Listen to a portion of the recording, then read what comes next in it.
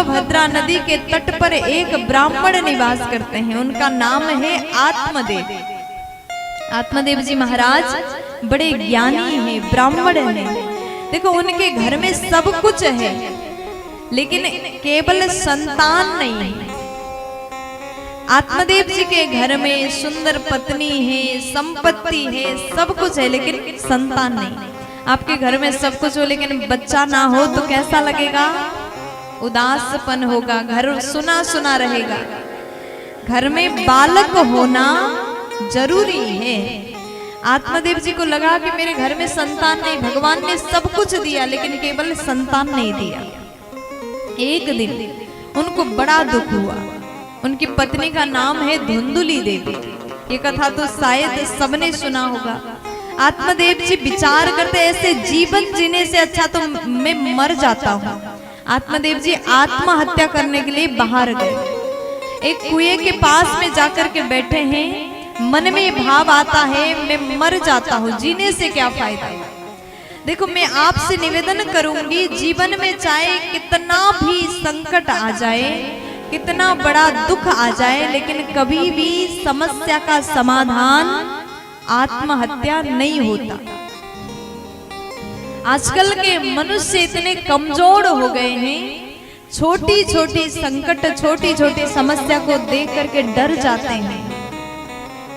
छोटी छोटी प्रॉब्लम को हम लोग फेस नहीं कर पाते और आत्महत्या करते हैं। ये सबसे बड़ा पाप है। जीवन में चाहे कुछ भी हो जाए, आप आत्महत्या मत करिएगा, क्योंकि जीवन के हर समस्या का विचार करके, सोच करके समाधान किया जा सकता है। प्यार से बोलो, ऐसे नहीं, थोड़ा जोर से बोल दीजिए ना। हर समस्या का मैं छोटे छोटे बच्चों को कहना चाहूंगी, आजकल के युवा को कहना चाहूंगी, कितना भी बड़ा संकट आए अपने परिवार के साथ में बैठ करके बात करें, समाधान खोजने की, निकालने की कोशिश करिएगा। आत्महत्या महापाप है। आत्मदेव जी कुएं के पास में बैठे हैं। साधु बाबा आए, उन्होंने आत्मदेव जी को रोते हुए देखा। रोते हुए देख करके आत्मदेव जी महाराज से कहा कि देखो आपने भगवान का भजन किया होगा, भगवान नहीं मिले तो आप रो रहे हैं। एक दिन भगवान जरूर मिलेंगे, अवश्य मिलेंगे। आप भजन को बढ़ाते जाइए, भजन करते जाइए। लेकिन आत्मदेव जी बोले देखिए हम भगवान के लिए नहीं रो रहे हैं। हम क्यों रो रहे हैं? बच्चा के लिए रो रहे हैं, भगवान के लिए हम नहीं रो रहे हैं। मैंने सुना है अगर संतों की कृपा हो जाए तो बच्चा भी जरूर मिलेगा। साधु संत में तपस्या का बल होता है। आप एक काम करिए, मुझे मंत्र दीजिए जिससे मेरे घर में संतान की प्राप्ति हो। अब जैसे आत्मदेव जी ने सुना, वो कहते हैं, साधु बाबा कहते हैं देखो आपके भाग्य में एक जन्म तो क्या 7 जन्म तक संतान सुखी नहीं है, तो मैं कहां से दूं?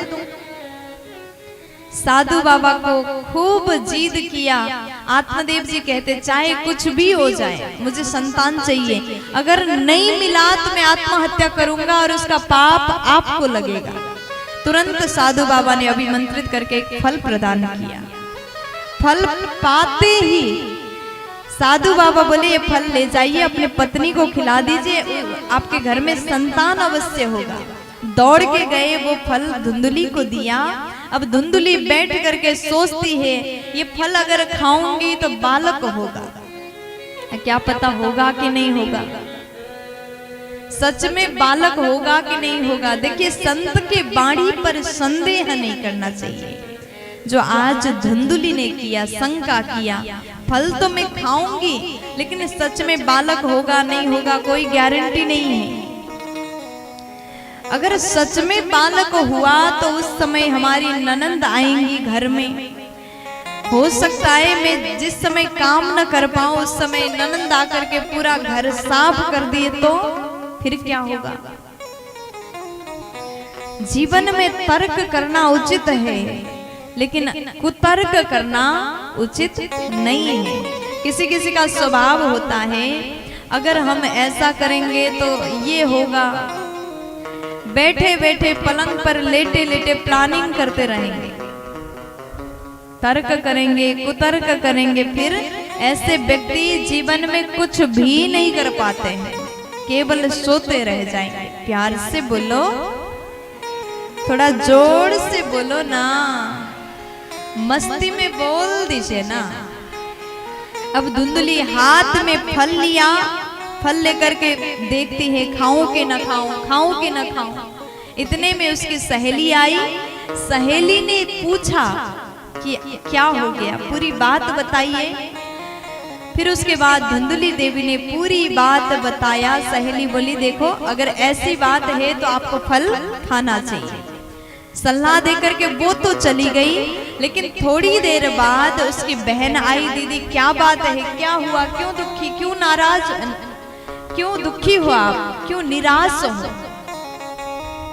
तब देवी धुंधली सारी बातें बताती है। बहन बोली एक काम करिए, अगर आपको फल खाने में कष्ट लग रहा है तो हमारे गर्भ में जो बालक है, बालक हम आपको देंगे, आप अपने पति को झूठ बोलिएगा, परीक्षा के लिए फल जो है गाय को खिला देते हैं। अब ऐसा ही किया, फल गाय को खिला दिया। बहन के यहाँ बच्चा होने वाला है।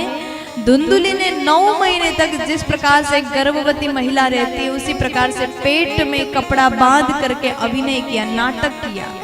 पति को लग रहा है कि हमारे घर में बच्चा होने वाला है। 9 महीना इंतजार किया। जैसे समय पूरा हुआ, बहन के यहाँ बालक हुआ, धुंधली देवी ने अपने पति से कहा कि पतिदेव हमारे घर में बच्चा हुआ है, बेटा हुआ। आत्मदेव जी इतने खुश हुए, इतने खुश हुए, पूरे गांव में मोहल्ला में मिठाई बंटवा दी, उत्सव मनाया। और ठीक उसके 3 महीने बाद गाय ने भी एक बच्चा जन्म दिया। वो बालक शरीर पूरा मनुष्य के समान है, कान गाय के समान है, इसलिए उस बालक का नाम हुआ गोकर्ण जी महाराज। बोलिए गोकर्ण जी महाराज की जय हो।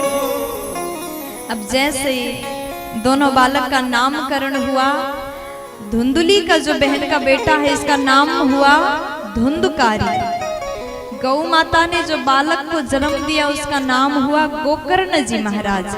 ये दोनों बालक धीरे धीरे बड़े हो रहे हैं। अब जैसे खेलने जाते हैं तो धुंधकारी सबको मार पीट करके आता है। गोकर्ण जी महाराज शांत स्वभाव के, सबसे प्रेम करते हैं। गोकर्ण जी महाराज तीर्थ यात्रा के लिए जाते हैं और एक दिन धुंधकारी के स्वभाव को बताने के लिए दूसरे बच्चों के माँ बाप आए। आत्मदेव जी से कहते आप ये क्या कर रहे हैं।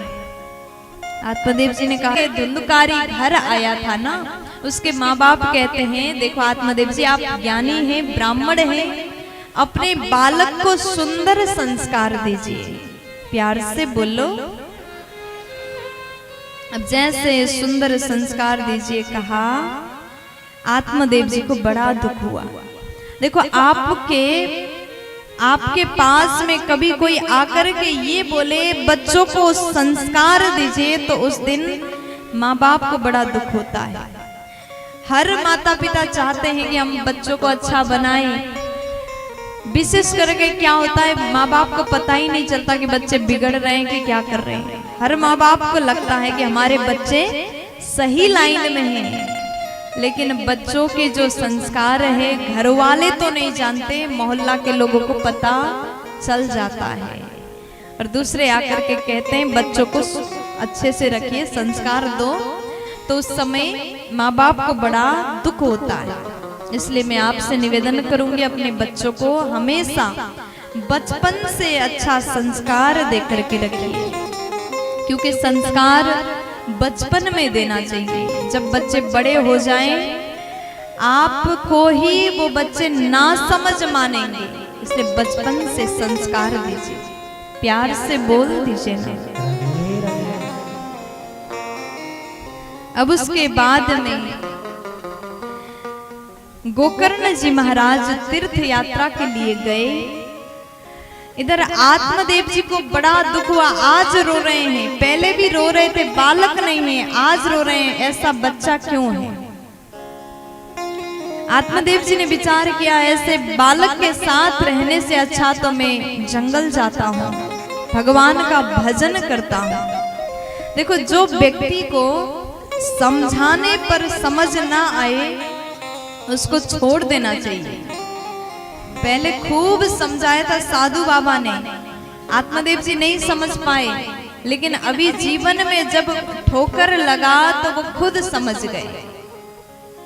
सब कुछ छोड़ करके वन में जा रहे हैं।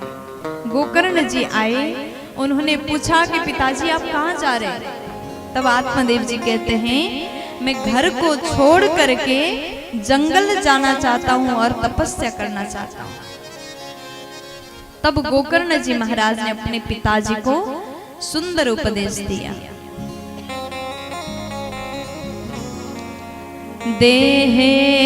देहेस्तिमान् सरुधिरे भीमतिं त्यजत्वाम् जायासुतादिषु सदा ममतां विमुञ्च पश्यानिशं जगदिदं क्षणभङ्गनिष्ठम्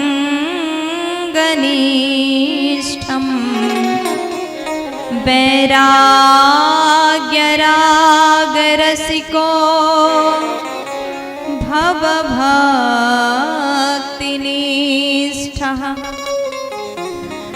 देखो, ये संसार अनित्य है। ये दुनिया में जो आया उसको एक दिन अवश्य जाना पड़ेगा। ये शरीर नाशवान है, इसलिए कभी भी शरीर से मोह मत करिए।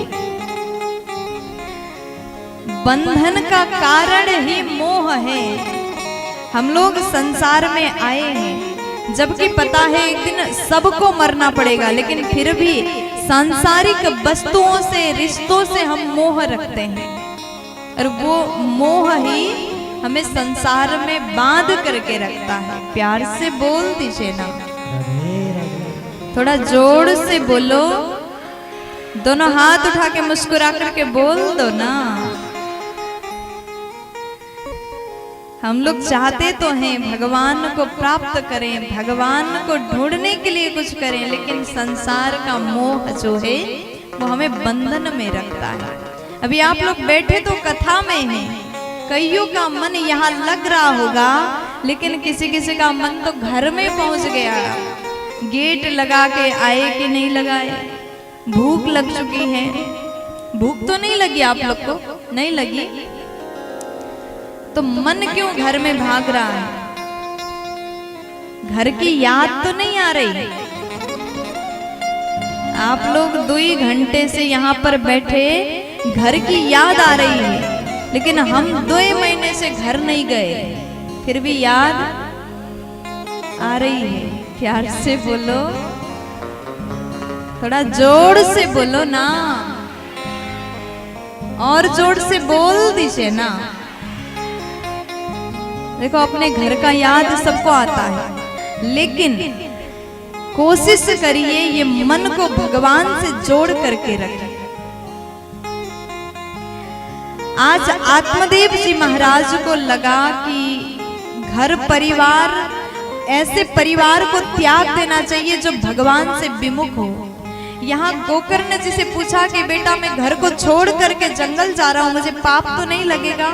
तब गोकर्ण जी कहते, पिताजी अगर आपका पुत्र दुष्ट है तो ऐसे पुत्र को छोड़ देना धर्म है।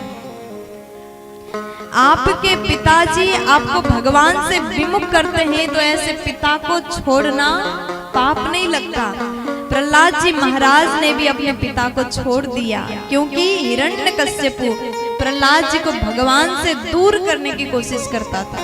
अगर आपका परिवार समझाने के बाद भी भगवान से विमुख है तो ऐसे परिवार को छोड़ना भी पाप नहीं। आत्मदेव जी जंगल की ओर जा रहे हैं। गोकर्ण जी ने उपदेश दिया, पिताजी जन्म के पश्चात भजन करना जरूरी है। और आपके मन में ये बात आया, मैं इसको सुन करके अत्यंत खुश हूँ, प्रसन्न हूँ। हम सबको पता है एक दिन मरना है, फिर भी सांसारिक मोह को हम छोड़ नहीं सकते। और हम लोग कहते हैं घर ने हमको बांध रखा है, घर के पास रस्सी है बांधने के लिए, घर नहीं बांधता, हम स्वयं उस घर के बंधन से बंध जाते हैं।